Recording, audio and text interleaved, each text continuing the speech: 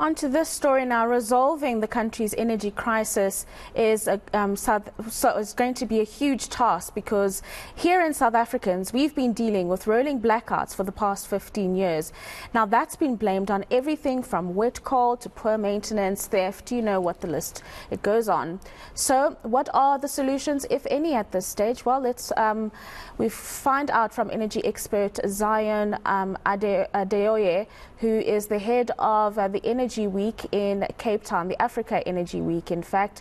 Very good morning to you, Zion. This is a conversation that we have constantly, and yet in many parts of the African continent, the energy crisis continues to worsen.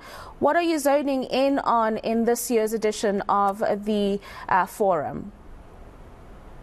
Thank you for having me. Well, I think that we've passed the stage of, what could go wrong in terms of African energy. Everything that could go wrong has gone wrong when you have more than 600 million Africans without access to electricity and other forms of sustainable energy. I think we're reaching a stage where there's a perfect storm, and we should be considering what could actually go right. Mozambique could soon become the third largest producer of gas in the world. Namibia could turn its fortunes on its record-breaking discoveries. The Eastern African region could get it very right in terms of, infrastructure, pipelines. The MSGBC region could also benefit from good leadership and cooperation to build a very strong network for African energy, especially in the oil and gas sector. As you're aware, Angola, Algeria, all other countries with strong gas profiles are being courted by Europe to produce gas and supply. And if Africa could take advantage of this perfect storm to develop, its energy profile and for revenue generation, and also outward and inward for development of industries to sort out the balance of payment problems, to also be able to power, the industries to generate enough revenue for infrastructure. Africa could really benefit within the next 10 years, and the story will be very different. We have to think very broadly. The issues that we face now are not issues that, you could, have some magic wand to fix them. They're issues that would have to be dealt with in terms of proper investment into the sector and Africa cooperating. The South African region, particularly at this point, if security issues in Mozambique can be sorted, if South Africa, Namibia, Mozambique can cooperate, could really get to a point where Africa will be a major supplier to the world and also have some sort of energy independence and security that would really turn our fortunes around. Yes, I mean, especially with the global energy crisis that we're seeing in Europe, it would definitely be something we'd benefit from.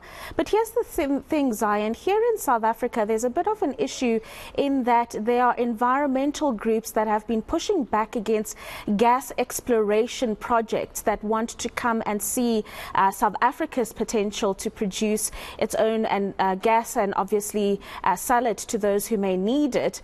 So during the forum that you all are having, what kind of conversation are you having with environmental groups and related stakeholders in terms of finding a common ground or a common understanding in the way forward when it comes to energy on the continent? I mean, all over the world, I've had, there's no one that, will tell you that the environment is not important. But what is sad is that there are groups that have ignored the energy poverty in Africa. We're talking about 600 million Africans without access to electricity, whereas the West has profited from the development of oil and gas over several decades, you could say generations. And at this point, Africa is, coming to its own and, has the opportunity to really develop. Let's also think about the fact that Africa has contributed less than 3% of greenhouse gas emissions. So the justice of the case is that except you would pay every African country, barrel for barrel at commercial rates for what's in the ground, to say that Africa should not develop its oil and gas. I think Africa will push back and should push back, and that is the justice of the case. What about the role of renewable energy in the form of solar and wind energy on the African continent? We all know that there are many parts of Africa that have got the opportune climate for taking advantage of these sources of energy. Do you find that there is a keen interest across the board for this form and not just focusing on gas and coal? I mean, we all know coal will always provide the base load, but in terms of those two renewables, is there a keen appetite? All forms are welcome, let's face it. But, we have oil and gas in abundance. Certainly, African countries must take advantage of opportunities that you have in the renewable energy sector, perhaps for electricity for households. But when you think about industrial development at this stage, where the world is in terms of technology, oil and gas, especially gas is a developmental resource which Africa has in abundance, and multiple times cleaner than coal and oil. So Africa could actually benefit from this and develop its gas, the vast gas resources in Nigeria, Mozambique, and other countries for now. And you can see at the point where Europe is struggling with security of supply. Now they've returned to coal and are quoting gas, and gas is all of a sudden green. So let's just face it. And I think one thing that has been missing in Africa is a rallying point. And this is where the African Energy Chamber has done very well, excellently, in bringing together government, the local private sector, foreign investors, under one umbrella to say, let's have a discussion. This is from the African point of view for once, to say Africa as a continent has to develop itself, has to use its own resources. I think we must think about it that Africa has all the resources it needs to develop itself and move away from the narrative of aid. Africa actually should be providing aid to the rest of the world, and gas resources, I feel, will be key in getting us to where we need to be.